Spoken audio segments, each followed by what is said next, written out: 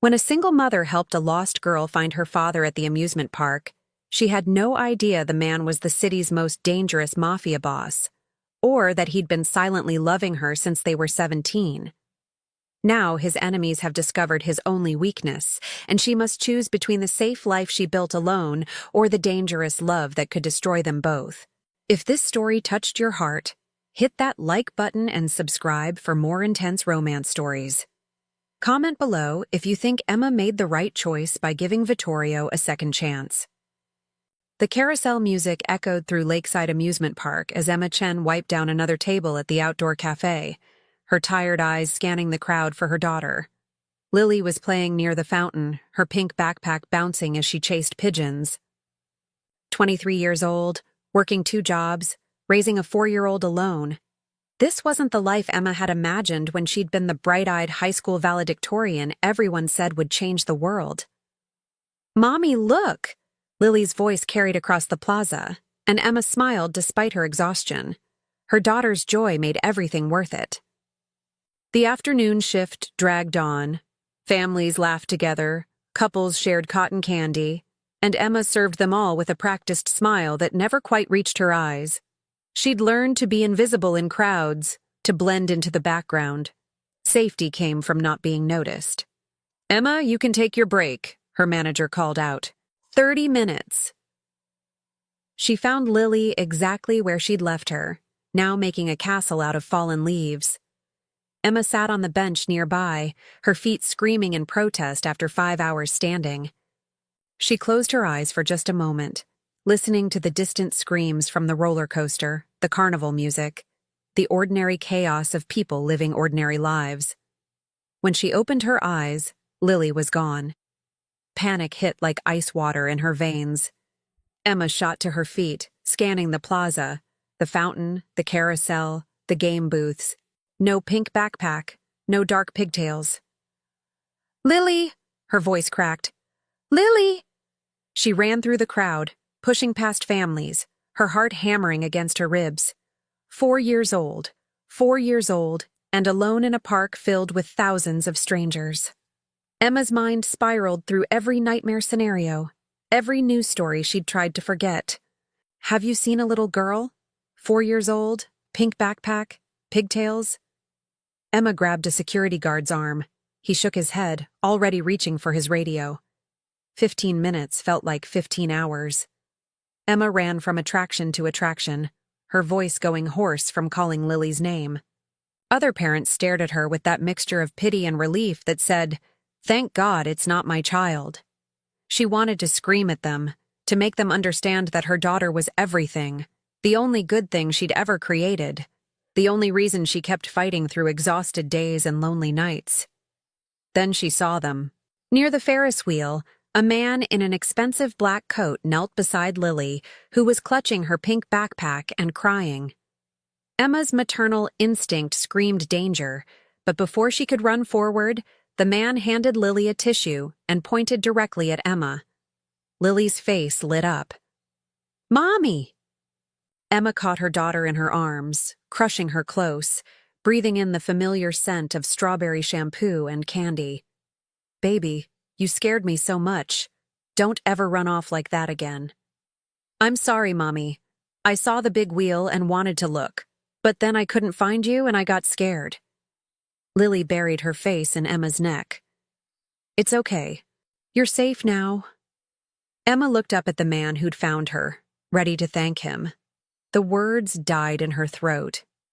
He stood slowly, and she noticed everything at once. The tailored black coat that probably cost more than her monthly rent, the perfect dark hair styled with precision, the subtle stubble that made him look dangerous rather than unkempt. But it was his eyes that stopped her, dark, intense, and staring at her with an expression she couldn't quite read. "Thank you so much for staying with her," Emma managed, her voice still shaky. "I was terrified." "She's brave, scared, but she didn't panic." His voice was deep, controlled, the kind of voice that made people listen. "I found her by the ticket booth. She said her mom worked at the cafe." "Yes, Emma started, but Lily interrupted. "The nice man bought me a balloon." Lily held up a silver balloon shaped like a star. And he said my backpack is very pretty. Emma's instincts prickled. Expensive clothes, too polished for a casual park visit. No family with him. Her grip on Lily tightened. That was very kind, but we should probably— I didn't mean to alarm you. He stepped back slightly, and she noticed two men in dark suits standing several feet away, watching the interaction with professional alertness. I have a sister her age. I know how fast they can disappear in crowds. Something about the way he said it made Emma relax fractionally. She studied his face, looking for signs of danger, but found only a strange softness in his expression as he looked at Lily. Well, thank you again, mister. Emma trailed off. Vittorio. He didn't offer a last name. And you're Emma. She froze. How did you— Your daughter mentioned it several times. The corner of his mouth lifted slightly. She's very proud of her mommy who works very hard. Lily nodded enthusiastically. Mommy works at 2 places. She's very tired, but she always reads me stories. Lily, Emma said softly, embarrassed by her daughter's honesty. Vittorio's expression shifted into something Emma couldn't identify. Sadness? Regret? It vanished before she could be sure. She should be proud of you, too. He reached into his coat and pulled out a business card, handing it to Emma. If she ever gets lost again, call that number. Someone will find me. Emma took the card automatically, glancing at the embossed black letters. Just a name, Vittorio Moretti, and a phone number. No company, no title. Okay, thank you, really. You probably saved her from being terrified alone. It was nothing, but the way he looked at her suggested it was something important. One of the suited men approached and murmured something in Vittorio's ear. He nodded once, then looked back at Emma and Lily. I have to go. Be safe, both of you. He walked away before Emma could respond, the two men flanking him like guards. She watched him disappear into the crowd, an island of expensive darkness in a sea of colorful chaos. Mommy, why are you staring? Lily asked. I'm not staring, baby. Emma looked down at the business card, then tucked it into her pocket. Probably some rich businessman who happened to be decent. She'd never see him again. She was completely wrong. 3 days later, Emma arrived at her second job, an evening shift at an upscale restaurant downtown called Giordano's. She'd been lucky to get the position despite having no fine dining experience. The pay was triple what the park cafe offered, and the tips alone covered Lily's daycare. The restaurant was beautiful in an intimidating way. Crystal chandeliers, marble floors, tables set with silverware Emma was afraid to touch. The clientele wore clothes that cost more than her car, and they barely glanced at the servers moving between tables like ghosts. Table 12 needs water, the head server, Marcus, told her. And don't engage in conversation unless they speak first. These people value discretion. Emma nodded, filling a crystal pitcher with ice water. She'd learned quickly that rich people had different rules. Don't smile too much. Don't ask questions. Be invisible. Table 12 sat in the corner, partially hidden by a decorative screen. She could see 3 men in dark suits, their conversation low and serious. Emma approached with her eyes down, professional smile in place. Good evening, gentlemen. May I— She looked up. Vittorio Moretti sat at the head of the table, his expression shifting from business cold to shocked recognition in a fraction of a second. Emma nearly dropped the pitcher.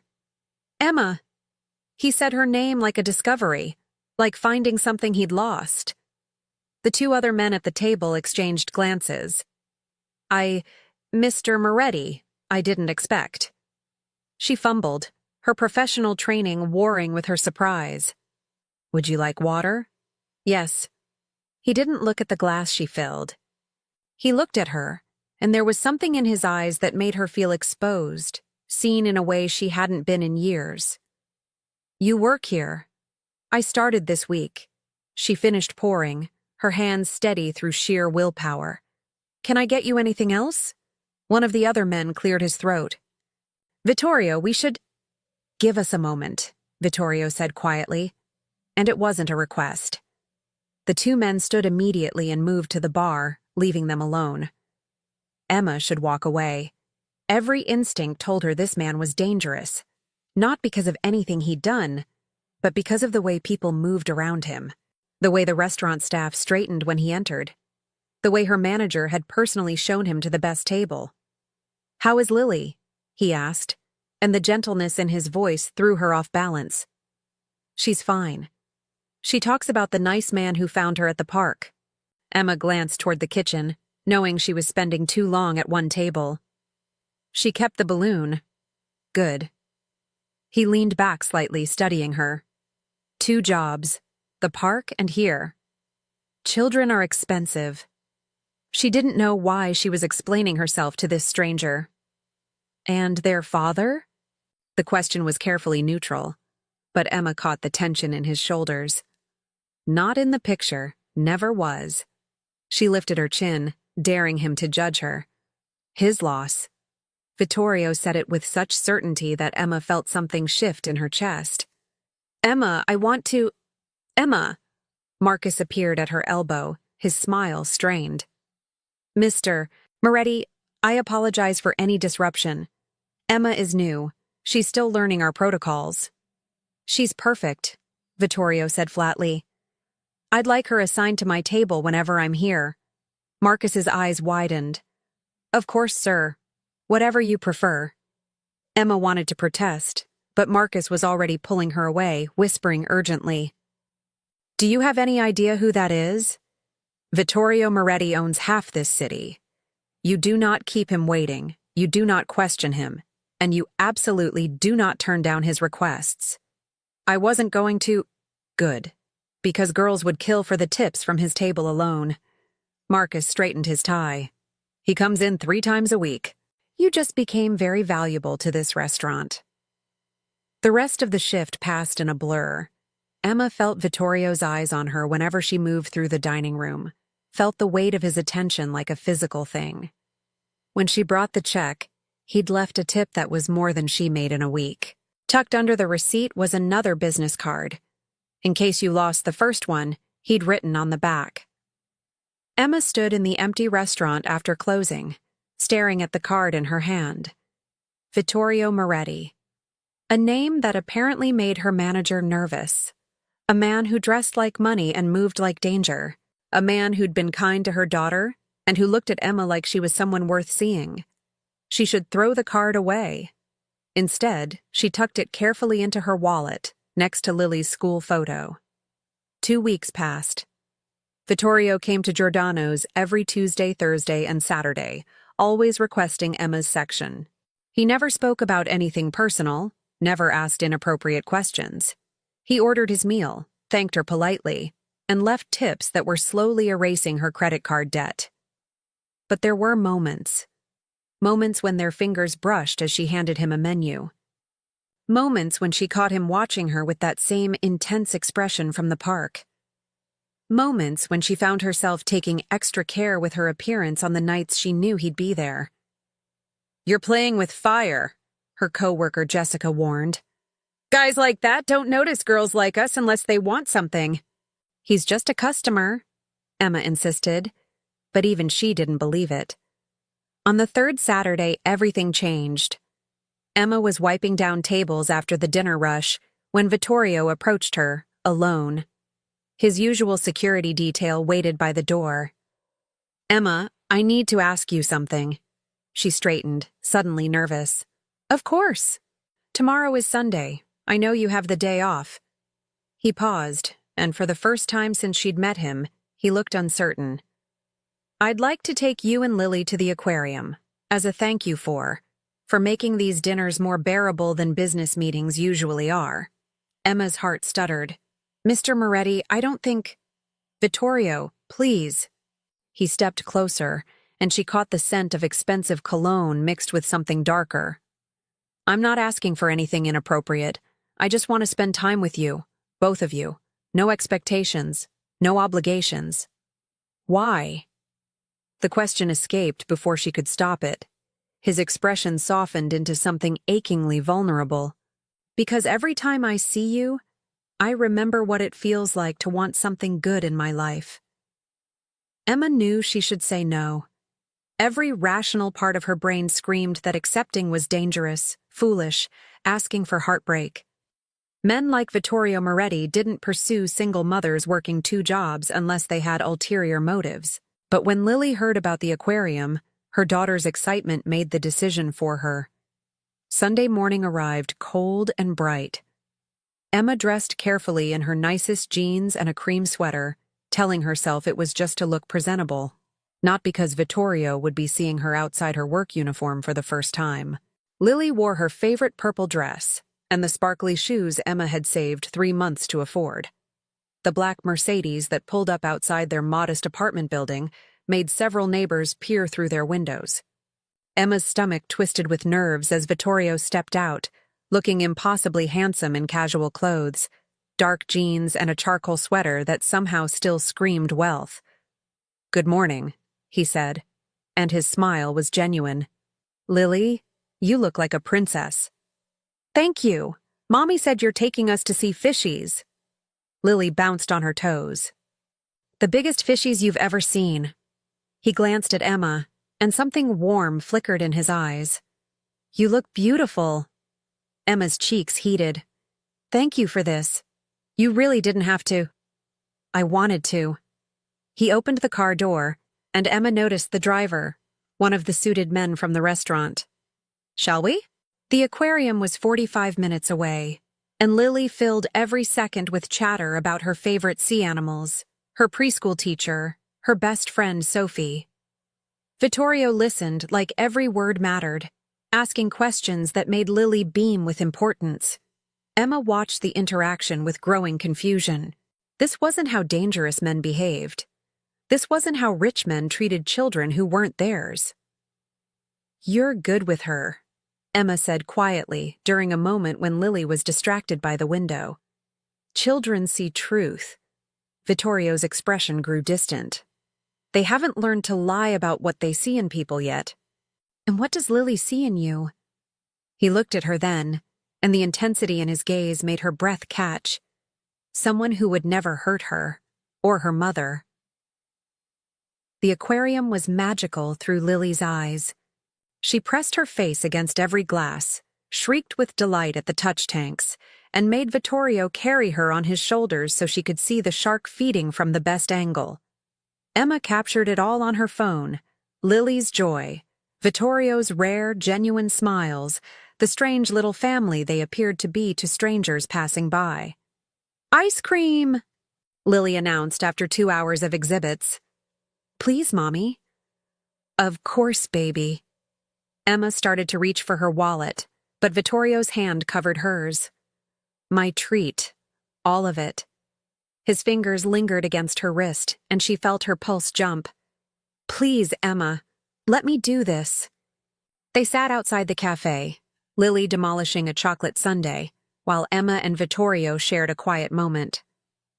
The sun was warm despite the October chill, and for the first time in 4 years, Emma let herself simply exist without worrying about bills or schedules or survival. "Can I ask you something?" Emma said, watching Lily chase a butterfly. "Anything." "Why us? You could spend your Sunday doing anything with anyone. Why a broke waitress and her kid?" Vittorio was quiet for so long Emma thought he wouldn't answer. Then, "Do you remember Jefferson High School, class of 2019? Emma blinked. "That's where I went to school." "I know." He looked at her, and there was something heartbreaking in his expression. "I was there too. Different world, though. You were the valedictorian, student council president, the girl everyone loved. I was." He paused. "Nobody. The scholarship kid from the wrong side of town who ate lunch alone and kept his head down." Emma's mind raced back through high school memories. The faces blurred together, but she tried to recall a younger Vittorio. I don't remember." "You wouldn't. I made sure of it." He smiled, but it didn't reach his eyes. But I remember you. I remember the time you stood up to Tyler Chen when he was bullying a freshman. I remember you organizing the fundraiser for Mrs. Patterson when she got sick. I remember thinking that if someone like you could exist in a world like mine, maybe there was hope.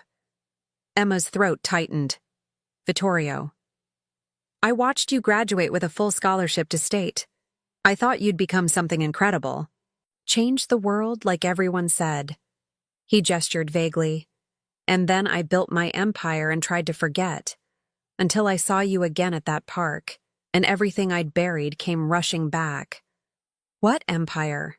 Emma asked, though part of her already knew the answer would change everything. Vittorio met her eyes. Emma, I need to tell you the truth about what I am, who I am, because if this, whatever this is between us, has any chance, you need to know what you'd be getting into. Her heart hammered. Okay. I run the Moretti organization. We control most of the cities, underground interests, construction, unions, waste management, shipping. He watched her face carefully. The law knows we exist. They just can't prove it. I've built something my father started into an empire that makes men cross the street when they see me coming. Emma should have been shocked, terrified. Instead, pieces clicked into place. The suits, the deference, the money, the way people moved around him. You're a criminal, she said quietly. Yes. No apology, no justification, just truth. You hurt people. I've made decisions that have ended lives, destroyed families, built power on fear. His jaw tightened. I won't lie to you, Emma. The person I became after high school isn't the kid who used to watch you from across the cafeteria. I'm not good. I'm not safe. Then why tell me? She should grab Lily and run, call the police, do anything except sit here listening to a confession from a man who just admitted to being a crime lord. Because you deserve the truth before you decide. He leaned forward, and she saw desperation in his eyes. I've spent 12 years building walls, becoming someone no one can touch, no one can hurt. And then I saw you again, and those walls meant nothing. You looked at me like I was just a person. Lily took my hand without fear. For one afternoon, I remembered what it felt like to be human. Emma's mind spun. Everything made sense now. The money, the power, the danger that clung to him like cologne. She should be terrified. She should protect her daughter from this man who'd just admitted to crimes she couldn't even fully imagine. But all she could think was that he'd been kind to Lily. That he'd been honest when he could have lied. That he looked at her like she was precious. I need time, she finally said. To think. To process this. Take all the time you need. Vittorio stood, and she saw resignation in his shoulders. I'll have Marco drive you home. You don't have to see me again if you don't want to. Vittorio. No, it's okay. He smiled sadly. I knew what I was risking by telling you. I just couldn't live with the alternative anymore. Lily ran back to them, chocolate smeared across her face. Are we leaving? But I wanted to see the penguins again. Another time, Principessa, Vittorio said gently, using an endearment that made Emma's chest ache. Your mommy is tired. The drive home was quiet. Lily fell asleep against Emma's shoulder, exhausted from excitement.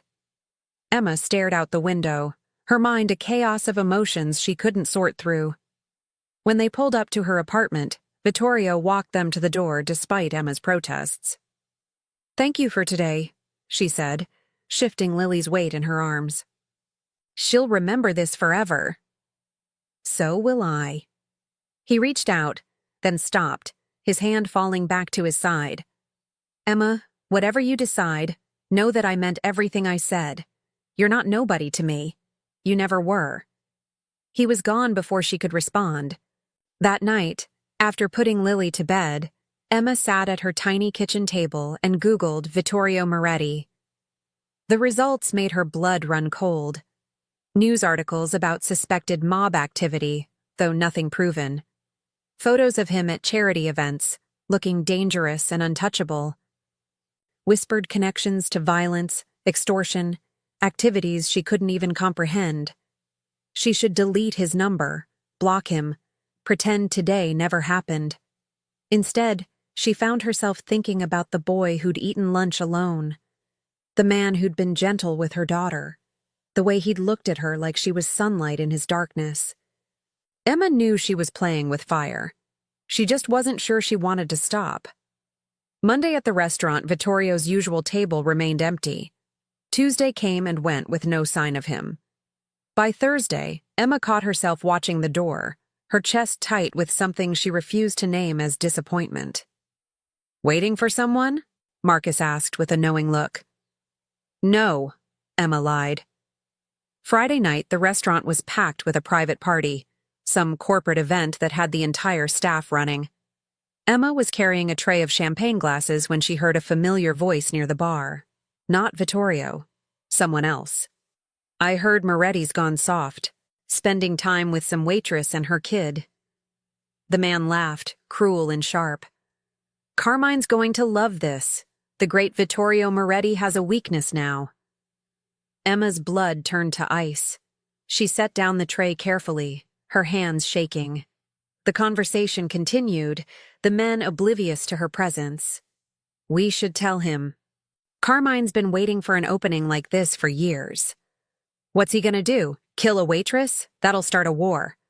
Not kill, just leverage. Make Moretti remember what happens when you get distracted in this business." Emma backed away slowly, her mind racing. She needed to warn Vittorio. These men, whoever they were planning something that involved her. She pulled out her phone in the staff bathroom, staring at Vittorio's number. She'd avoided calling him for 5 days, afraid of what it would mean. Now she was afraid of what would happen if she didn't. The phone rang twice before his voice answered, rough and surprised. "Emma? I heard something at work. Men talking about you, about me and Lily." The words tumbled out. "They mentioned someone named Carmine. They said something about leverage." Silence. Then, "Where are you right now?" "Giordano's." "But, Vittorio, what does this mean? Who's Carmine?" "Stay inside the restaurant, don't leave. I'm sending Marco to get you right now." His voice had gone cold, all business. "Emma, listen to me carefully. Carmine DeLuca runs the South Side. We've been at peace for years, but he's been looking for a way to challenge me. If he knows about you—" "He knows about Lily, too," Emma whispered, her stomach dropping. "Oh God, Lily. Where is she?" "At my neighbor's. Mrs. Park babysits." "Give me the address. Now." Emma rattled it off, her heart hammering. "Vittorio, I don't understand. Why would they care about us? We're nothing." "You're everything," he said roughly. "And they know it. Stay on the phone with me until Marco gets there." The next 10 minutes were the longest of Emma's life. Vittorio kept her talking, his voice steady and calm, even as she heard him giving sharp orders to people on his end. Finally, Marco appeared at the restaurant's back entrance. "I have to tell my manager." "Already handled," Marco said. "Family emergency. Let's go." The drive to Mrs. Park's apartment was a blur. Emma's mind spun with terror and confusion. How had her quiet life exploded into this nightmare in less than a week? Mrs. Park opened the door looking worried. "Emma, these men came earlier. They said they were from the daycare checking on Lily. I didn't let them in, but they made me nervous." Emma's knees nearly gave out. Marco was already on his phone, speaking rapid Italian. "We need to get Lily somewhere safe," Emma said, her voice breaking. "Mrs. Park, I'm so sorry to ask this, but—" "Already done," Marco interrupted. "Vittorio has a secure location ready. We're taking you both there now." "I can't just disappear. I have work. Lily has school." "Emma." Marco's expression was sympathetic but firm. "You don't understand what you're up against. Carmine DeLuca doesn't make idle threats. If he's decided to use you against Vittorio, your normal life is already over. The only question is whether you survive it. Emma gathered Lily, who was sleepy and confused, holding her daughter close as they were driven through the city to an address Emma didn't recognize. A high-rise building in the financial district, all glass and steel and security that made Fort Knox look casual. Vittorio met them in the private elevator, and the relief on his face when he saw them made Emma's chest ache. "You're safe," he said, reaching out before stopping himself. "Both of you are safe here." "For how long?" Emma demanded, anger finally breaking through her fear. "How long do we hide? What kind of life is this for Lily?" "Mommy, why are you yelling?" Lily mumbled against her shoulder. Vittorio's jaw tightened. "As long as it takes. Emma, I know you're scared." "Scared? I'm terrified. This is your world, not mine. I didn't ask for any of this." Tears burned in her eyes. "I just wanted to give my daughter a normal life." "I know." His voice cracked slightly. "I know, and I'm sorry. God, Emma, I'm so sorry. I should have stayed away from you. I should have left you alone, but I was selfish. And now we're here," Emma finished, exhaustion crashing over her. "So what do we do?" Vittorio looked at them both, and Emma saw something she'd never expected in those dark eyes. Fear. "Now I end this," he said quietly. "Before Carmine can make his move, I remind him why people don't cross the Moretti family. And then," he paused, "then I make sure you're never in danger because of me again." The penthouse was beautiful in a cold, impersonal way. Floor-to-ceiling windows overlooked the city, furniture that looked expensive but unused, art on the walls that probably cost more than Emma's yearly salary. It felt like a showroom, not a home. "The bedroom on the right is yours," Vittorio said, his voice carefully neutral. "Lily can take the one next to it. There are clothes in the closets, basics. If you need anything else, tell Marco." Emma settled Lily into bed, her daughter too exhausted to ask more questions. She stroked her baby's hair, watching her sleep, and wondered how everything had gone so wrong so fast. When she emerged, Vittorio stood by the windows, silhouetted against the city lights. He'd removed his jacket, and she could see the tension in his shoulders. "I need to understand," Emma said quietly, approaching him. "All of it. Who is Carmine DeLuca?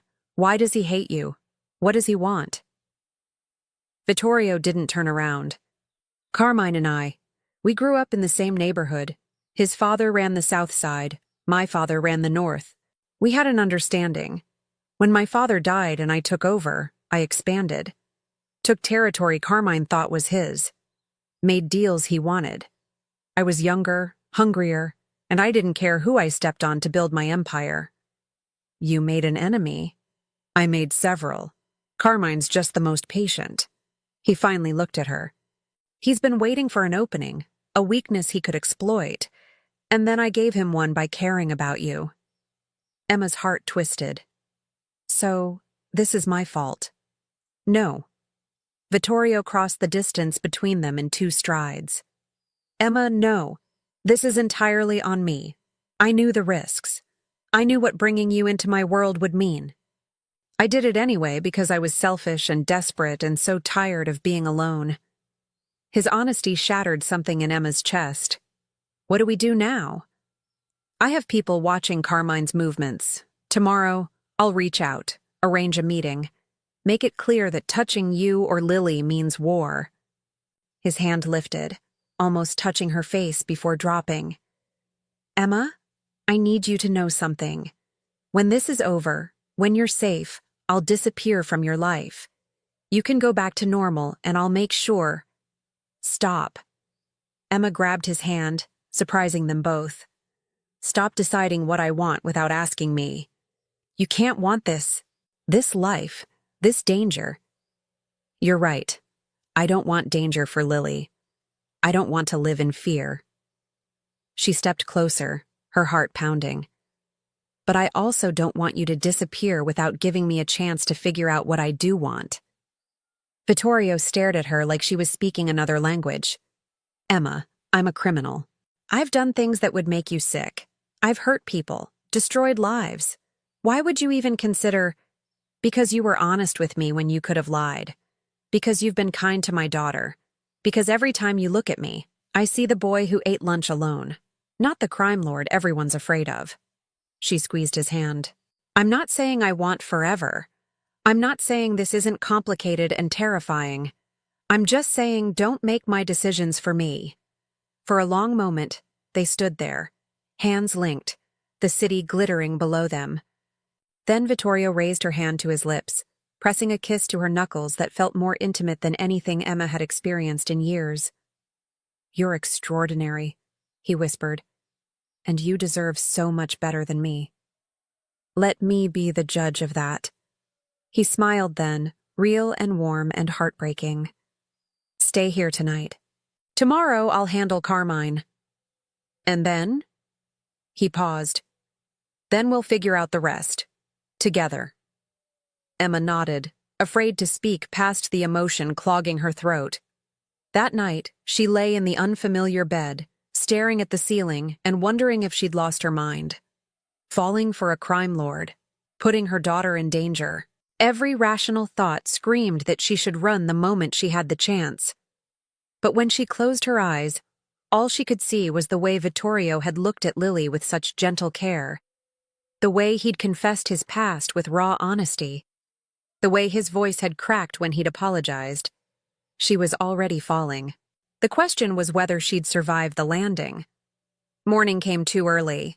Emma woke to find Lily already awake, exploring the penthouse with wide-eyed wonder. Mommy, there's a TV in the bathroom, and the kitchen has a fridge that talks. Emma managed a smile. Pretty fancy, huh? Is this Mr. Vittorio's house? Can we live here? Lily's innocent question made Emma's chest tighten. Just for a little while, baby. Until some grown-up stuff gets figured out. Vittorio appeared in the doorway, already dressed in a sharp black suit. He looked every inch the dangerous man he'd claimed to be, except for the softness in his eyes when he saw them. There's breakfast in the kitchen. Marco will stay with you while I'm gone. He knelt down to Lily's level. Principessa, I need you to do something very important for me. Can you be brave and stay inside today? Keep your mommy company? Lily nodded seriously. Are you going to fight bad guys? Vittorio's expression flickered. Something like that. But I promise I'll come back. You better. You still owe me penguin time. Lily threw her arms around his neck, and Emma saw Vittorio close his eyes, holding her daughter like she was made of glass. When Lily ran off to explore more, Vittorio stood and faced Emma. I meant what I said. I will come back. Whatever happens with Carmine, just promise me you'll be careful. Emma surprised herself by reaching up to straighten his tie. No heroics, no unnecessary risks. Careful isn't usually my style. Make it your style, for Lily. She paused. For me. His hand covered hers against his chest. For you, I'd do anything. He left before Emma could respond, but the promise hung in the air long after he was gone. The day dragged.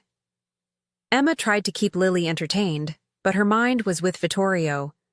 She imagined 100 different scenarios, each worse than the last. Marco stationed himself by the door, professional and armed, a reminder of exactly how dangerous this situation was. By evening, Emma was climbing the walls with anxiety. She'd just put Lily down for the night when her phone rang. Vittorio's name flashed on the screen. Tell me you're okay, Emma said immediately. I'm fine. The meeting with Carmine. It went as well as could be expected. His voice sounded tired. He's agreed to back off, for now. Relief flooded through her. What did you promise him? Territory, money, things that don't matter. A pause. Emma, there's something else. Carmine mentioned. He has information about Lily's father. Emma's blood went cold. What? He knows who he is, where he is. Vittorio's voice was careful. He was using it as leverage, said he could make the father come back, claim custody. Emma, is there any chance? No. Emma's voice shook. Lily's father wanted nothing to do with her. He signed away his rights before she was born. There's no way he'd suddenly want custody unless someone paid him to. Vittorio finished grimly. This is Carmine's backup plan. If he can't use you directly, he'll use legal battles to distract me, hurt you, cause chaos. Emma sank onto the couch, her mind reeling. This never ends, does it? Even if we're careful, even if we hide, there's always going to be someone trying to use us against you. Yes. The honesty hurt. Emma, this is why I said I should stay away. This is why— Where are you right now? Emma interrupted, leaving the meeting. Why? Come back here. We need to talk. Really talk. About all of this. An hour later, Vittorio walked through the door looking exhausted and somehow more human than Emma had ever seen him. He'd loosened his tie. His usually perfect hair was disheveled, and there was a bruise forming on his jaw that made Emma's protective instincts flare. What happened to your face? She was across the room before she could think, her fingers gentle against the bruise. Carmine got in one hit before his men pulled him back. Vittorio smiled slightly.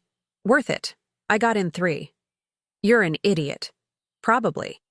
He caught her hand, keeping it against his face. Emma, about what I said on the phone. I've been thinking all day, Emma interrupted.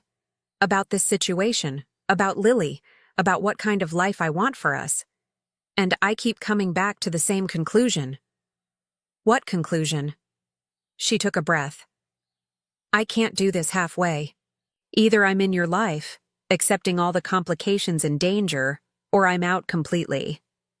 There's no middle ground where we pretend this attraction doesn't exist while hiding from your enemies. Vittorio's expression was unreadable. What are you saying? I'm saying I need to know something first. Emma looked up at him, her heart in her throat. That boy in high school who watched me from across the cafeteria. The man who's been kind to my daughter and honest with me even when it cost him. Is that who you really are under all this power and danger? Or is that just who you want to be? I don't know, Vittorio said roughly. I've been playing a role for so long, I'm not sure where the crime lord ends and the real person begins. But when I'm with you, when I see Lily smile at me like I'm not a monster, that's when I feel most like myself. Emma's heart cracked open. Then show me that person. Not the Moretti family boss. Not the empire builder. Just Vittorio. Emma. He pulled her closer, his forehead resting against hers. If I show you that person, if I let you in, I won't be able to let you go. I'll become more dangerous, more ruthless, because I'll have something worth protecting. Is that what you want? I want honesty. I want someone who sees me as more than just a responsibility or a weakness. She met his eyes. I want you to kiss me and tell me the truth about what you feel. For one suspended moment, they simply breathed the same air. Then Vittorio's hand slid into her hair, tilting her face up, and his lips met hers with a desperation that stole her breath. The kiss was nothing like Emma expected. It wasn't smooth or practiced. It was raw and hungry, and tasted like years of longing finally set free. Vittorio kissed her like she was air and he'd been drowning, like she was the answer to questions he'd stopped asking. When they finally broke apart, both breathing hard, Emma saw tears in his eyes. I've loved you since I was 17 years old, Vittorio whispered. I watched you from across that cafeteria and thought you were the most beautiful thing I'd ever seen. Not just your face, your kindness, your fire, the way you made everyone around you better. I built an empire thinking it would make me worthy of you. And now that I have you here, I realize nothing I've done could ever make me worthy. Emma's own tears fell freely. You don't have to be worthy. You just have to be honest. Then here's my truth. He cupped her face in both hands. I love you. I love your daughter. I love the life you've built from nothing and the strength it took to survive. And I will burn my entire empire to the ground before I let anyone hurt either of you. Vittorio. I mean it, Emma. If choosing you means walking away from everything I've built, I'll do it. If it means starting over somewhere new with nothing but the clothes on my back, I'll do it. Because you're right, I've been playing a role for so long, I forgot what it felt like to be real. And with you, I'm real. Emma kissed him again, softer this time, trying to pour everything she couldn't say into the contact. When she pulled back, she saw the future stretching before them. Complicated, dangerous, but also filled with a possibility she'd thought died when Lily's father walked away. I'm terrified, she admitted. Of this world, of what it means for Lily, of how fast I'm falling for you. Good. Terror means you understand the stakes. Vittorio's thumb traced her cheekbone. But Emma, I swear on everything I am, I will keep you safe. Both of you, whatever it takes. They stood there in the dim penthouse, holding each other while the city glittered below. Emma knew this was the point of no return. Tomorrow would bring new challenges, new dangers. Carmine wouldn't give up easily. The life ahead wouldn't be simple. But for the first time in 4 years, Emma felt like she wasn't facing the world alone.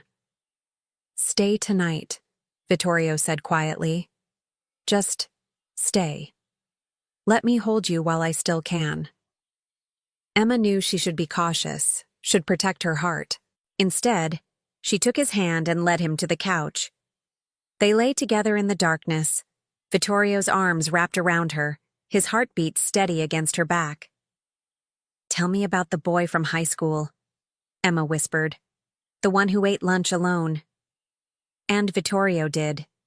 He told her about growing up with a father in the mob, about trying to be invisible, about watching her from afar and dreaming of a different life. He spoke until his voice grew rough, until Emma turned in his arms and kissed away the pain in his words. Somewhere in the early morning hours, they fell asleep tangled together, two people from different worlds who'd found each other against all odds. Neither of them heard the phone buzz with an incoming message, or saw the photo attached. Emma and Vittorio through the penthouse window, clear as day. Carmine DeLuca had made his move, and the real game had just begun. Emma woke to chaos. Vittorio was already dressed, phone pressed to his ear, his voice cold and sharp in rapid Italian. Marco stood by the door, armed and tense. Through the windows, Emma could see 2 black SUVs parked on the street below, vehicles that hadn't been there last night. What's happening? Emma asked, her heart already racing. Vittorio ended the call, his expression carved from stone. Carmine sent the photo to every family in the city. By now, everyone knows you're my weakness. He crossed to her, his hands gripping her shoulders. Emma, I need you to listen very carefully. Carmine's going to make a move today. I don't know when or how, but he will. Then we hide. We run. Running won't work. He has people everywhere. Vittorio's jaw clenched. I'm sending you and Lily to a safe house outside the city. My most trusted men will guard you while I handle this. Terror clawed at Emma's throat. Handle this how? However I have to. He pulled her close, his voice breaking. Emma, if something happens to me, don't you dare. She grabbed his face, forcing him to look at her. You promised you'd come back. You promised. I will. I swear. He kissed her hard, desperately. But if I don't, Marco has instructions. Money, new identities, everything you'll need to disappear. You and Lily will be safe. Before Emma could respond, Lily appeared in the doorway, rubbing her eyes. Mommy? Why is everyone yelling? Emma's heart shattered. She pasted on a smile, crossing to her daughter. We're going on a little trip, baby, an adventure. Will Mr. Vittorio come? Not right away, Vittorio said, kneeling beside them. But I promise, Principessa, I'll find you. And when I do, we'll see those penguins. Deal? Lily threw her arms around his neck. You have to promise for real. I promise for real. Vittorio's voice cracked as he held her. 30 minutes later, Emma and Lily were in an armored SUV, Marco driving with 2 other guards following behind. Emma watched the city disappear through the tinted windows, her phone clutched in her hand. The safe house was 2 hours away, a sprawling estate hidden behind walls and gates. Emma tried to keep Lily calm, playing games and telling stories, but her mind was with Vittorio. What was he doing? Was he safe? Had Carmine already made his move? They'd been at the safe house for 4 hours when Emma's phone rang. Unknown number. Her hands shook as she answered. Hello? Ms. Chen. The voice was smooth, cultured, terrifying. My name is Carmine DeLuca. I believe we should talk. Emma's blood turned to ice. How did you get this number? I have resources Vittorio doesn't know about, including your location. He paused, letting that sink in. Don't bother running. My men are already outside. But I'm not here to hurt you. I'm here to make a trade. What trade? Emma's voice barely worked. You and your daughter for Vittorio. He comes alone to the warehouse on Pier 47, surrenders himself, and you go free. If he refuses. Carmine's voice turned cold. Well, accidents happen, especially to little girls. Emma's knees gave out. She sank to the floor, her vision tunneling. Please, she's just a child. I know, which is why I'm confident Vittorio will make the right choice. You have 2 hours, Ms. Chen. Tell him I'll be waiting. The line went dead. Marco burst into the room, his face pale. The perimeter's been breached. We have maybe 10 minutes before they're inside. He wants Vittorio, Emma said numbly. He'll trade us for Vittorio. We can't tell him that. He'll walk right into a trap. And if we don't, Carmine will kill us anyway. Emma's voice rose. Marco, I have to call him. I have to! Gunfire erupted outside. Marco grabbed Emma, shoving her toward the panic room. Get Lily! Now! Emma ran, scooping up her terrified daughter, diving into the reinforced room as bullets shattered windows. Through the crack in the closing door, she saw Marco and the guards returning fire, saw men in black pouring through the entrance. Then the door sealed shut, and they were in darkness. Lily sobbed against Emma's chest. Emma held her, rocking, her own tears falling silently. This was her fault. She'd let herself fall for Vittorio, put her daughter in danger, destroyed their quiet life for a fantasy. Her phone buzzed. Vittorio. Emma, Marco's not responding. What's happening? They found us. Emma's voice broke. Carmine called. He wants you in exchange for us. Vittorio, he's inside the house. I don't know if Marco... Where's Lily? With me, in the panic room. Listen to me. Vittorio's voice was steady, controlled. That room can hold for hours. I'm coming. I'm bringing everyone. Just hold on. He said 2 hours. Pier 47. If you don't come alone... I'm not letting him take you. The raw emotion in his voice made Emma's chest ache. Emma, I love you. Whatever happens, know that I love you. Both of you. Vittorio, please. The line went dead as the power cut out. In the darkness, holding her terrified daughter, Emma made a decision. She couldn't let Vittorio sacrifice himself. Couldn't let this end with him dead or broken while she and Lily ran. If she'd learned anything from surviving as a single mother, it was that she was stronger than people thought. She just needed a plan. The panic room had an emergency exit, a tunnel leading to the woods behind the estate. It was designed for escape, but Emma had another idea. She waited until she heard footsteps above, heard Carmine's men searching the house. Then she opened the panel, whispered to Lily to stay absolutely quiet, and they crawled through darkness. They emerged 20 yards from the house. Emma could see the black vehicles, the armed men. Her phone was dead, but she'd memorized Vittorio's number. She just needed to find help. The nearest house was a mile through the woods. Emma ran, carrying Lily, branches tearing at her clothes. Her lungs burned, her legs screamed, but she didn't stop. She couldn't stop.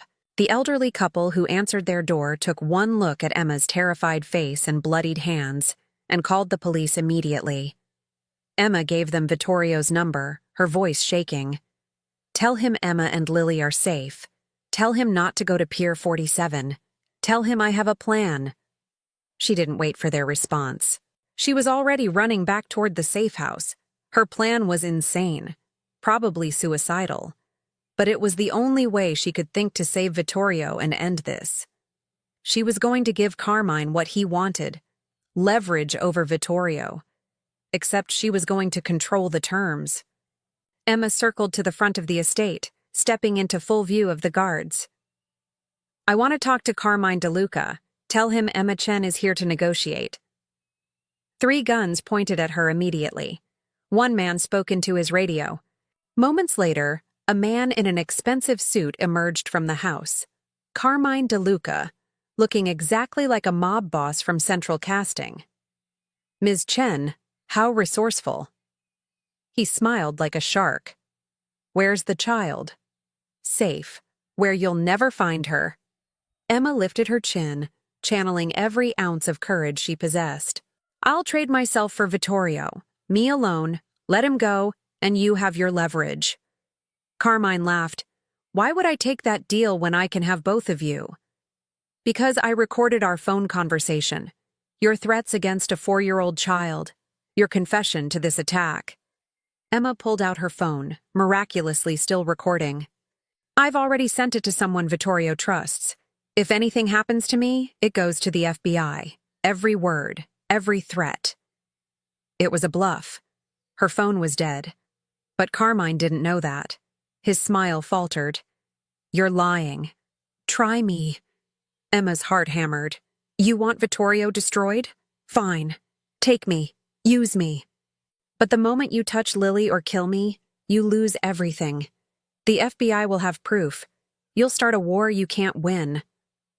Carmine studied her, and Emma saw the moment he believed her. "You're braver than I expected. Or more foolish. Maybe both." Emma's voice steadied. "Do we have a deal?" Before Carmine could answer, the sound of vehicles roaring up the driveway made everyone turn. Black SUVs, at least 10 of them, screeched to a halt. Men poured out, Vittorio's men, heavily armed. And then Vittorio himself emerged, and Emma had never seen him look more dangerous. His face was a mask of cold fury, his eyes locked on Carmine. "Get away from her," Vittorio said quietly, but his voice carried like thunder. Carmine smiled. "Or what? You'll start a war over a waitress?" "No." Vittorio walked forward slowly, his men flanking him. "I'll end you. Right here. Right now. Every man you brought dies. Your entire organization crumbles. And I will make sure your name becomes a warning in this city." The air crackled with violence barely restrained. Emma could feel the tension, could see fingers on triggers. One wrong move, and this would become a bloodbath. "Vittorio, stop!" Emma stepped between them, her hands raised. "Nobody dies today. Nobody." "Emma, get behind me." "No." She faced Carmine. "You wanted leverage. You wanted to hurt Vittorio. Fine. You win. I'll make him suffer more than any bullet could." She turned to Vittorio, tears streaming down her face. "I'm walking away. From you, from this life, from everything. You get to live knowing you destroyed the best thing that ever happened to you." Vittorio's face went white. "Emma, no. It's over, Vittorio." Her voice broke on his name. "I can't do this. I can't put Lily in danger. I can't watch you become a monster to protect us. So I'm choosing her. I'm choosing safety. And you're going to let me go." For one suspended moment, Vittorio just stared at her. Then, understanding dawned in his eyes. She was giving him an out, giving them both an out. If he walked away, if he let her go, Carmine lost his leverage. "You're making a mistake," Carmine said, but his voice had lost its confidence. "The mistake was mine," Vittorio said quietly, his eyes never leaving Emma's. "Thinking I could have something good. Thinking love was worth the cost." He stepped back. "Go, Emma. Take Lily. Disappear. I won't follow you." Emma saw the devastation in his face, saw everything they could have been dying in his eyes. But she also saw him choosing her safety over his wants. It was the most loving thing anyone had ever done for her. Carmine cursed, realizing he'd lost. Without the leverage, without the threat, he had nothing. He couldn't attack without starting a war. He couldn't use Emma if she wasn't with Vittorio. "This isn't over," Carmine spat. "Yes," Vittorio said coldly. "It is. Because if you ever come near her or her daughter again, I will burn your entire world to ash. And unlike you, I don't make empty threats." The standoff broke. Carmine's men retreated, and moments later, they were gone. Emma stood there, shaking, barely believing it had worked. Vittorio approached slowly, stopping just out of reach. "Thank you," he whispered, "for saving me, for being braver than I deserved." "Vittorio," Emma's voice cracked. "I didn't mean what I said. I don't want to walk away." "You have to." His hand lifted, almost touching her face before falling. "This proved it, Emma. As long as you're connected to me, you're in danger. So I'm letting you go. I'm giving you the normal life you deserve." He turned and walked away before Emma could respond. And she let him, because he was right. Wasn't he? 6 months later, Emma stared at the apartment lease in her hands, hardly believing it was real. A 2-bedroom in a safe neighborhood with good schools. No mold. No broken locks. No fear of eviction. Vittorio had kept his promise. The money appeared in her account, enough to start over, but not so much it felt like charity. A nest egg. A fresh start. She'd taken it and moved 300 miles away. New city. New job at a hospital cafe that paid well with benefits. Lily thrived in her new preschool, making friends, laughing again without the shadow of fear. They were safe. They were stable. They were surviving. Emma told herself she was happy, but every night she dreamed of dark eyes and promises whispered in the dark. Every time her phone rang, her heart jumped, hoping to hear his voice. Every time Lily asked about Mr. Vittorio, Emma's chest ached with loss. She'd done the right thing. She knew that. Lily's safety came first. Always. So why did it feel like she'd ripped her own heart out? "Mommy, look!" Lily ran up holding a drawing. "I made a picture of our family." Emma looked at the crayon drawing. Stick figures of Lily, Emma, and a tall man in black. "Baby, that's beautiful. But it's just us, remember?" "I know. But I wished we had a daddy, someone who'd protect us like Mr. Vittorio did." Lily's eyes were wide and innocent. "Do you think he misses us?" Emma's throat closed. "I think he thinks about us. And hopes we're happy." "Are you happy, Mommy?" Such a simple question. Such an impossible answer. Before Emma could respond, her phone buzzed. Unknown number. She almost didn't answer, but something made her press accept. "Emma." Vittorio's voice, rough like he'd been awake for days. "I know I promised not to contact you. I know I said I'd stay away. But I need you to know something." "Vittorio?" Just his name hurt. "Carmine's dead.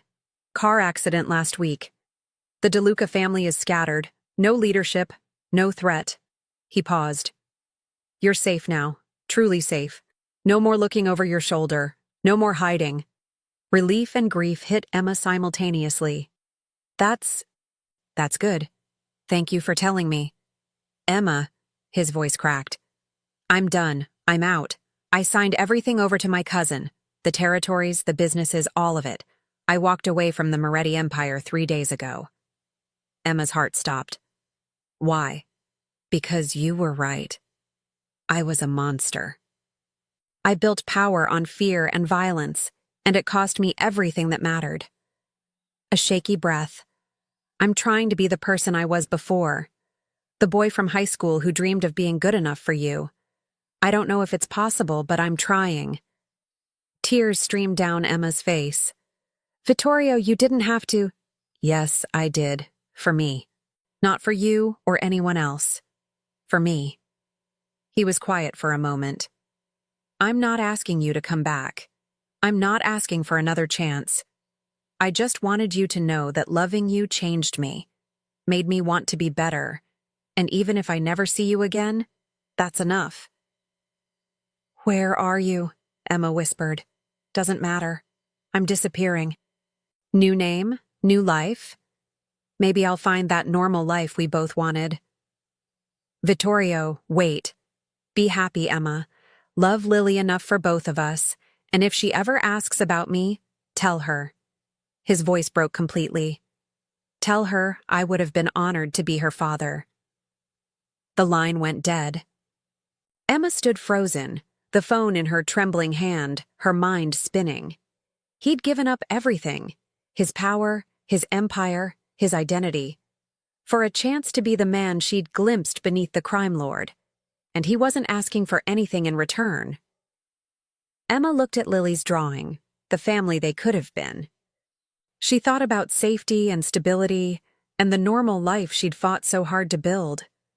Then she thought about dark eyes full of devotion, about a man who'd loved her since he was 17, about choosing safety or choosing love. She grabbed her keys. "Lily, baby, pack your favorite toys. We're going on an adventure." "Where are we going?" Emma smiled through her tears. "To find someone very important." It took 3 weeks of searching, calling every contact, following every lead. Finally, a tip led her to a small coastal town 6 states away. A man working construction under a new name. A man who'd walked away from everything to become no one. Emma found him at sunset, standing on a pier watching the ocean. He looked different, rougher, the expensive clothes replaced with jeans and a work shirt. But his eyes were the same when he turned and saw her. "Emma?" He said her name like a prayer and a question. "You walked away from your empire," she said, walking toward him with Lily at her side. "You gave up everything." "I had nothing without you." Simple, honest, true. "That's good." Emma stopped inches from him.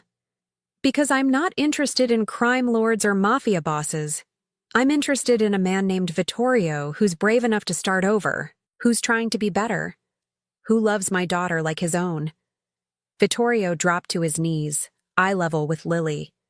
"Principessa, I missed you." "I missed you too." Lily threw herself into his arms. "Mommy says we're staying this time. For real." He looked up at Emma, hope and fear warring in his expression. "Emma, I'm nobody now. No money, no power. Just a guy trying to build an honest life. I can't give you luxury or protection. I don't want luxury." Emma knelt beside them, taking his hand. "I want honest.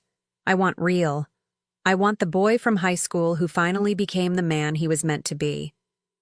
Vittorio pulled her close, his forehead against hers. "I love you. God, Emma, I love you so much." "I love you too. Both of us do." Emma kissed him softly. "So stop hiding and come home."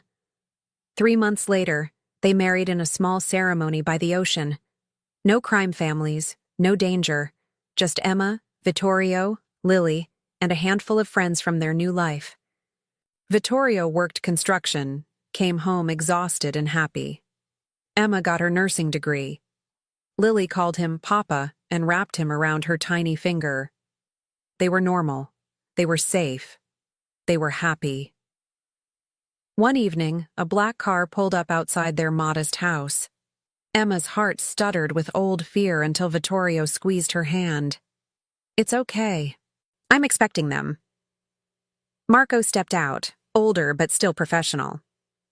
"Boss, sorry, Vittorio. Just checking in, making sure you're good." "Better than good." Vittorio gestured to Emma and Lily. "I have everything I need." Marco smiled, genuine and warm. "You deserve it. All of you." He handed over an envelope. "From your cousin. The last of it. You're officially free. No debts, no obligations. You're nobody, just like you wanted." After Marco left, Emma opened the envelope. Inside was a single photograph, Vittorio at 17, watching her across a high school cafeteria with hope in his young eyes. I kept it all these years, Vittorio said quietly. Reminder of who I wanted to be before I lost my way. Emma tucked it into their family album, next to pictures of their wedding and Lily's first day at her new school. You found your way back, she whispered. That's what matters. That night, with Lily asleep and Vittorio's arms around her, Emma realized she'd been wrong about one thing. This wasn't settling. This wasn't giving up the exciting life. This was choosing the right kind of danger, the terrifying, beautiful risk of loving someone completely, of building a life together, of being vulnerable and honest and real.